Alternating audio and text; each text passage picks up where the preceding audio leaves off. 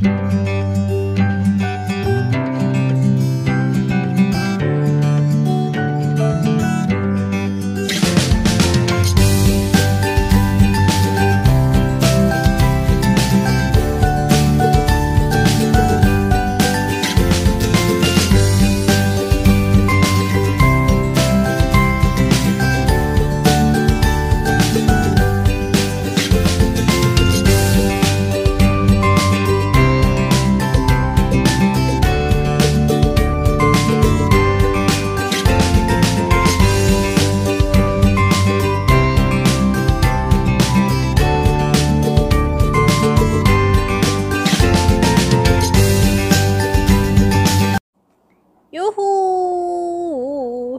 apa kabar semuanya? Kita mau bikin video lagi kali ini ya. Ini ada Mbak Mani, sok serius sih sedikit. Ini dia lagi sibuk ngurusin paket-paket sama Mbak Dindong. Kelihatan nggak sih? Hai. Nah ini yang sering ngomong nih, balesin chatnya Ria Farm kalau lagi saya di kandang. Oke? Siapa sih namanya? Dindong. Namanya Dinda. Ini ada Mani juga. Nanti kita mau bikin video ke kandang. Bahasannya kali ini apa ya? Kita bahas kali ini masalah ya banyak yang tanya kemarin, boleh nggak sih kalau induk bunting ya kan, induk babi dalam kondisi bunting itu boleh nggak disuntik? Nah, kondisinya ada yang boleh, ada yang enggak. Nah sekarang kalau di kandang saya, kita bicara di sini tentang pengalaman saya aja ya, selama saya di kandang, terus nanti efeknya apa, yang pernah saya alamin kayak gimana, jadi sifatnya testimoni aja. Nah, karena kan setiap pengalaman di masing-masing kandang itu kan beda-beda, jadi kita tetap harus belajar juga, tetap juga harus baca-baca, tetap juga harus sharing-sharing, tanya-tanya, karena ini kan berkaitannya dengan makhluk hidup, jadi responnya itu biasanya berbeda-beda, ada yang sama, ada mungkin yang beda, karena kan juga penanganannya juga beda-beda ya kan. Jadi tergantung nanti jenis suntikannya apa aja yang mau diinjek itu juga bisa. Nah nanti untuk lebih jelasnya kita ke kandang aja, mungkin nanti saya bisa kasih sampel-sampel atau contoh-contoh ya kan, seperti apa sih ciri-ciri indukannya, terus suntikan apa aja yang boleh, biasanya saya terapkannya kemana, terus nanti ada risikonya apa. Nah masalah untuk resiko itu kan kembali lagi pada masing-masing peternak. Yang pastinya untuk masalah di peternakan babi memang nggak mudah, pasti ada resiko dan segalanya. Terkadang kita udah biosecurity-nya bagus, kebersihan kandang dijaga dengan baik, selalu spray disinfektan, tapi tetap aja kadang ada beberapa yang sifatnya apa ya, alam, faktor cuaca itu season atau musim itu tetap pengaruhnya besar. Jadi semaksimal mungkin kita harus jaga stabilitasnya.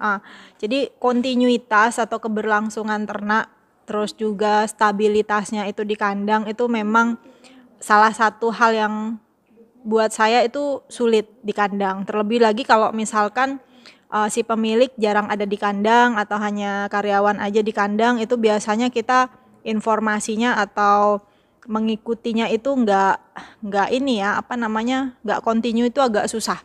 Jadi kita memang harus dilihatnya tuh time to time, hari ini besok itu kita memang beberapa ada sewaktu-waktu yang memang kita harus mengikutinya itu secara berkala. Jadi setiap hari untuk dilihat perubahannya bagaimana, terutama itu khususnya untuk kandang pembibitan.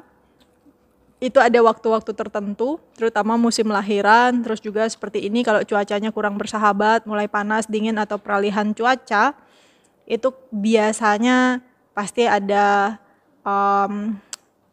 sifat-sifat faktor diare, terutama diare atau stres babi atau agak drop, sedikit menurun tingkat kesehatannya, itu pasti ada ya. Jadi kita cek aja sebentar di kandang, sekalian kita mungkin ada beberapa informasi penting yang bisa saya bisa langsung info.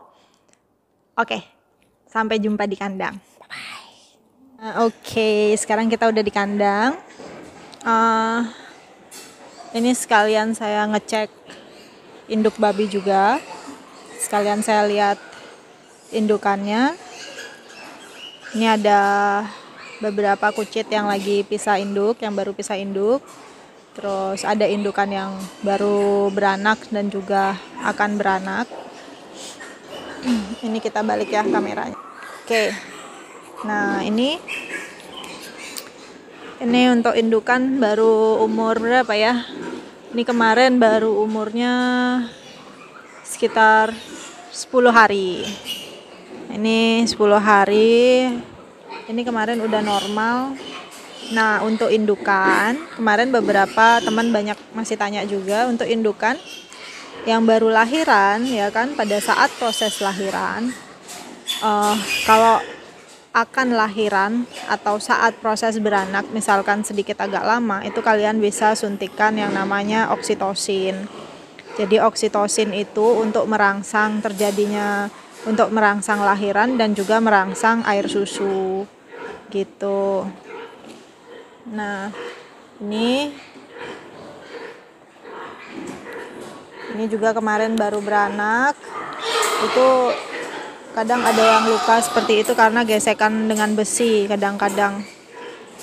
Nah, ini anaknya kemarin baru lahiran. Ini kita kasih pemanas biasanya karena di sini kalau siang itu panas. Di sini biasanya kita untuk sore sampai malam hari itu kita taruh pemanas pakai alas kardus begitu aja. Terus ini pemanas. Ini ada kipas pemanas, kipas dan lampu. Jadi nggak cuma lampu aja tapi dia pakai kipas. Jadi nanti keluar dari sini ini keluar hawa panas gitu. Jadi kayak heater gitu, pemanas. Ini juga barengan kemarin beranaknya. Ini ada susu. Nah, untuk teman-teman yang tanya, ini susu kalau yang baru lahir ini untuk cadangan aja. Siapa tahu 1 atau 2 ekor itu ada yang kekurangan susu, itu dia bisa minum di sini. Untuk tempat susunya ini susunya saya pakai susu ini aja, susu formula untuk bayi yang umurnya 0 sampai 6 bulan. Jadi kalian bebas bisa kasih susu apa aja. Nah, terkadang kalau dia itu ada kekurangan air susu, dia bisa ke sini. Ini anaknya kemarin nggak terlalu banyak, ini ada 7 ekor. Sedangkan yang satu ini kemarin 14 ekor. Jadi sisanya dipindah ke sini gitu. Jadi ini sekarang aja 11, itu 11. Lumayan. Oke, jadi pertanyaannya kemarin untuk induk babi yang bisa disuntik, itu biasanya kalau sakit ya. Itu biasanya kalau ini jajaran sana sampai sini itu bisa disuntik karena ini umurnya sudah lebih dari 2,5 bulan sampai 3 bulan dari saat dikawinkan. Jadi induk babi itu normal kalian bisa suntik kalau umurnya sudah di atas 2,5 bulan karena itu kan untuk janinnya juga udah terbentuk. Nah, itu biasanya kalau sakit. Misalkan kalau sakit kalian bisa suntikkan, misalkan sakit atau demam, ya kan, kita nggak tahu dalam perjalanannya. Apalagi kalau yang kandangnya berpindah-pindah atau misalkan yang kandangnya nggak berpindah juga, kadang ada di satu posisi yang memang cuaca mungkin buruk atau nafsu makan berkurang segala macam atau terkena demam, ya kan, biasanya itu kalian bisa suntikan antibiotik golongan amoxicillin itu maksimal 10 cc, jangan terlalu banyak juga. Itu biasanya kalau saya pribadi di kandang nyuntiknya cuma 8 maksimal 10 cc. Kalau induk-induk kecil baru gitu paling cuma 7 atau 5 cc atau 7 cc. Nah, itu dibarengi dengan obat anti panas, antisperik, anti demam gitu ya, supaya ini jadi yang fungsinya untuk obat penurun panas dan juga antibiotik dengan kandungan amoxicillin gitu. Jadi untuk induk babi dalam kondisi bunting itu bisa kalian suntik amoxicillin, antibiotik dan penurun panas demam kalau memang sakit. Dan resikonya itu kalau saya sih di kandang kemarin hampir belum ada yang sampai menyebabkan keguguran. Kalau misalkan memang sakitnya baru-baru gejala atau baru-baru demam ya, kecuali memang faktor X yang memang sudah menyebabkan induk babi itu keguguran gitu. Tapi kalau untuk umur induk babi yang baru kawin, umur 1 bulan, atau umur induk babi yang umurnya baru 1,5 bulan, ya sebaiknya jangan, karena nanti biasanya berpengaruh ke kandungannya, karena nanti bisa mempengaruhi keguguran gitu. Nah, kalau untuk penyuntikan vitamin disarankan misalkan vitamin E ya kan, vitamin E selen. Vitamin E selen itu kan selain untuk penyubur juga ya kan, merangsang untuk merangsang birahi, terus juga untuk mengobati kemanjiran atau gangguan reproduksi. Itu kalian bisa suntikan sebaiknya sebelum babi birahi atau sebelum dikawinkan. Kalau kalian mau suntik itu pada saat induk babi sudah dikawinkan, itu kalian bisa suntik dengan umur 2 bulan ke atas. Itu fungsinya nanti sebagai penguat janin atau penguat kandungan gitu. Jadi banyak peternak kemarin yang masih tanya kalau sudah dikawinkan baru disuntikan vitamin E. Sebenarnya itu kalian seharusnya menyuntikkannya itu sebelum dikawinkan, karena supaya indung telur atau reproduksinya itu nanti matangnya bagus, terbentuknya itu bagus gitu loh. Itu bahasa gampangnya. Kalau misalkan kalian mau yang lebih detail, mungkin nanti bisa konsultasi khusus dengan dokter hewan atau yang memang lebih jago pastinya daripada saya banyak. Tapi kalau saya biasanya saya sifatnya konsultasi, diskusi, terus nanti saya terapkan langsung praktek di kandang gitu. Jadi karena kadang-kadang berbeda-beda. Jadi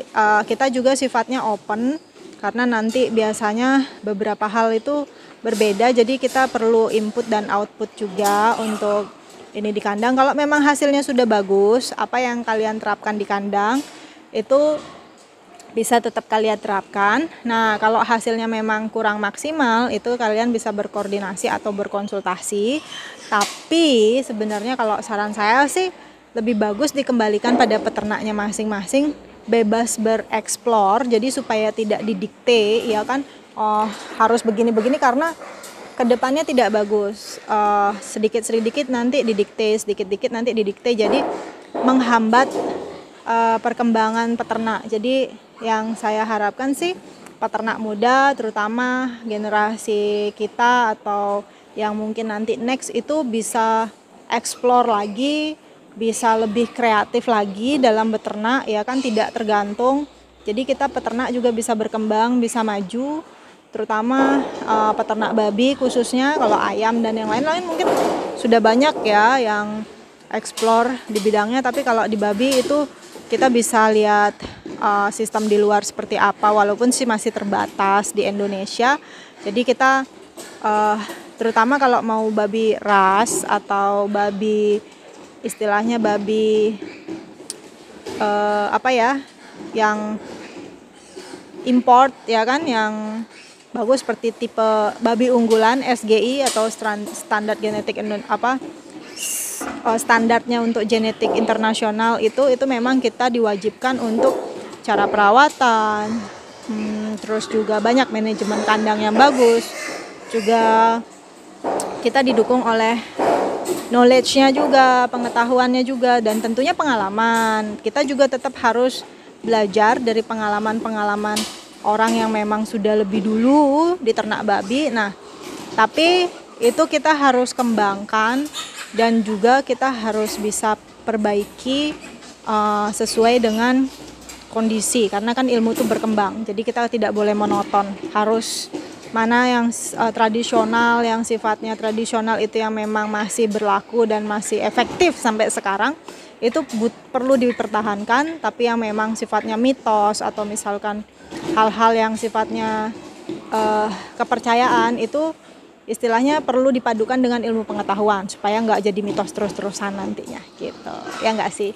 Oke, jadi ini tadi ada beberapa babi sapihan. Ini tadi baru kita pisah induknya. Ini kita baru pisah tadi pagi. Biasanya besok ini saya harus kasih ion atau cairan ion supaya nggak stres. Nanti besok kita mungkin bisa ambil liputannya khusus. Jadi ion untuk anak babi sapihan untuk menekan angka mortalitas atau tingkat kematian pada anak babi yang baru lepas dari induknya. Biasanya tingkat stresnya tinggi. Kalau udah stres biasanya juga diare. Selain faktor pencernaan, tapi kalau udah stres itu diare apa segala macam dan nafsu makannya menurun. Kalau dia masih diare aja, terus nafsu makannya masih normal sih, itu masih kita bisa pengobatan ya. Tapi kalau sampai nafsu makannya juga sudah turun, itu yang bermasalah biasanya. Ini yang udah lebih dulu pisah dari induk. Ini ada, jadi pemberian ion pada anak babi yang lepas sapi itu memang terbukti sih di kandang saya. Setelah saya coba beberapa kali itu terbukti untuk menekan angka kematian pasca pisah dari induk, ya kan? Nah seperti ini, dan dia ngedropnya tidak banyak walaupun masih diare seperti itu, ya kan, cair begitu. Tapi dia nafsu makannya masih tinggi, jadi badannya masih berbentuk seperti ini. Dan pelan-pelan itu biasanya kotorannya kembali pulih. Nah, seperti ini yang baru sapi, ini baru pisah. Ini walaupun ada yang kecil begitu, pintil ini waktu itu lahirnya paling kecil kayak anak tikus, sisa-sisanya pasti ada aja dari sekian banyak induk yang punya kayak begini. Nah itu dia makannya masih mau tuh, biasanya udah mati. Ini sih nanti diguling aja ya. Nanti ini diguling aja karena kalau untuk dari segi bisnis sudah nggak masuk sih hitung-hitungannya. Nah tapi seneng gitu kan, kasihan aja ya kan, nyawa. Jadi memang kasihan juga kalau yang seperti ini mati kan, eman. Nah ini juga tuh, ini cepet banget pulihnya. Ini nggak pakai ngedrop, walaupun diare sebentar, seminggu itu udah pulih. Ada ion ini, cairan ion tubuh pengganti cairan yang hilang. Karena kalau diare itu kan dia ini ya, cairan tubuhnya hilang. Oke, kita ke kandang bawah ya. Kita ke kandang bawah. Let me show you. Ayo saya tunjukkan kepada kalian mana aja yang kiranya induk yang bunting muda atau hamil muda, ya kan, yang boleh nggak di ini apa namanya. Hai, kenapa kamu berisik sekali nih dari tadi? Hello, ini induk muda, ini induk baru Dara. Nah, jadi kalau di kandang saya ini bercampur, ada yang lebih muda, ada yang lebih tua. Sebenarnya kalau nggak salah sih, saya kemarin sempat baca ada bagus kalau induk tua dan induk muda itu diselang-seling ya penempatannya. Jadi nggak muda-muda semua, nggak tua-tua semua gitu. Jadi ini khusus. Nah untuk 2 slot ini dan ini, jadi saya ada 4 slot, 1, 2, 3, 4 ya kan. Masing-masing slot ini satu leret adanya 25. Bukan 25, tapi 32 kalau nggak salah. Saya lupa. Ini pokoknya bagian bawah ini 140, jadi sekitar 40 ekor ya nih ya, 30-an lah. Belum sempat hitung berapa satu slot ini isinya berapa, tapi saya ada 4 di atas 25 ekor. Satu slot ini isinya 25 ekor lebih. Jadi khusus yang 2 ini saya buat khusus untuk induk yang sudah dikawinkan. Dan untuk 2 slot itu lagi itu khusus induk yang belum kawin atau yang akan kawin, supaya nanti ngeceknya gampang. Jadi kalau saya ke slot yang ini itu khusus untuk ngecek babi birahi. Kadang-kadang kita bawa jantan juga ke situ untuk merangsang birahinya. Nah kalau yang di sini khusus untuk betina yang sudah bunting atau sudah dikawinkan. Jadi nanti kita ngeceknya juga gampang, ada yang gagal kawin apa enggak, ada birahi lagi, begitu maksudnya. Nah dan juga karena kan kalau induk birahi itu biasanya bandel, seneng ganggu-ganggu induk lainnya. Jadi supaya induk yang sudah bunting itu buat saya butuh tenang gitu loh, butuh tidak ada gangguan supaya tidurnya nyaman ya. Nah ini contoh induk babi yang lagi bunting muda. Ini kawin bulan 6. Nah, kalau ini biasanya ini sudah jadi. Kelihatan kok lekuan perutnya ini beda. Nah, ini juga kalau dia ini karena hitam mungkin agak kurang kelihatan. Tapi ini kelihatan buntingnya tuh beda. Nah, itu juga kelihatan kok. Perut-perutnya tuh kalau yang sudah bunting itu kelihatan. Agak belentung gitu kan. Jadi nggak rata. Nah, ini kelihatan tuh. Agak belendung gini. Nah, untuk yang masih umur muda seperti ini, jadi saya tidak ganggu, ya kan? Jadi seminimal mungkin jangan mengganggu atau disuntikkan apa vitamin atau yang lain-lain karena ini masih rawan keguguran, rawan stres induknya. Jadi buat dia senyaman mungkin. Nah, ini kayak ini tuh, itu perutnya udah kelihatan tuh. Ini juga tuh, ini udah kelihatan belendung-belendung. Ini saya nggak suntik apa-apa. Jadi karena, nah ini juga perutnya udah kelihatan kok begah. Karena kemarin banyak yang tanya ciri-cirinya gimana. Nah ini juga kelihatan. Ciri-cirinya gimana yang bunting gitu kan. Jadi sebenarnya udah kelihatan dan memang ini sih ya istilahnya kejelian dari masing-masing peternak bisa apa enggak ngelihat. Nih udah kelihatan. Nah ini biasanya saya nggak suntik karena apalagi vaksin apa segala macam karena kita menyelesaikannya itu pada saat sebelum dikawinkan. Misalkan kalau untuk induk baru, induk darah ya kan sebelum dikawinkan itu kita harus selesai dengan penyuntikan ini. Kita suntik dulu antibiotik, terus juga obat cacing atau anti parasit juga. Kita suntikkan itu sebelum dikawinkan dan juga setelah itu kita suntik eselen. Jadi ada program suntikan gitu istilahnya supaya nanti itu supaya nanti itu tidak menimbulkan masalah untuk tidak menimbulkan masalah pada saat induknya itu sudah bunting. Nah jadi saran saya induk bunting yang baru dikawinkan utamanya itu jangan diganggu, kalian harus selesaikan proses penyuntikannya itu sebelum dikawinkan. Nah, mau vitamin, suntikan cacing atau anti parasit, terus juga antibiotik itu semuanya sebelum dikawinkan.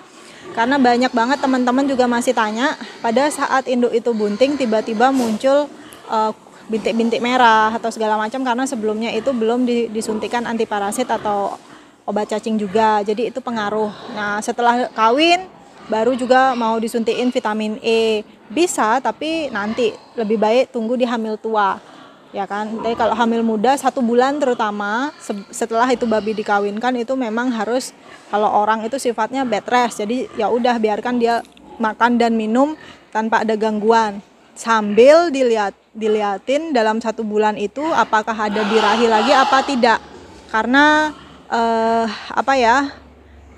siapa tahu nanti kalau dia gagal kawin biasanya 2 minggu setelah dikawinkan atau 3 minggu itu biasanya dia birahi lagi gitu.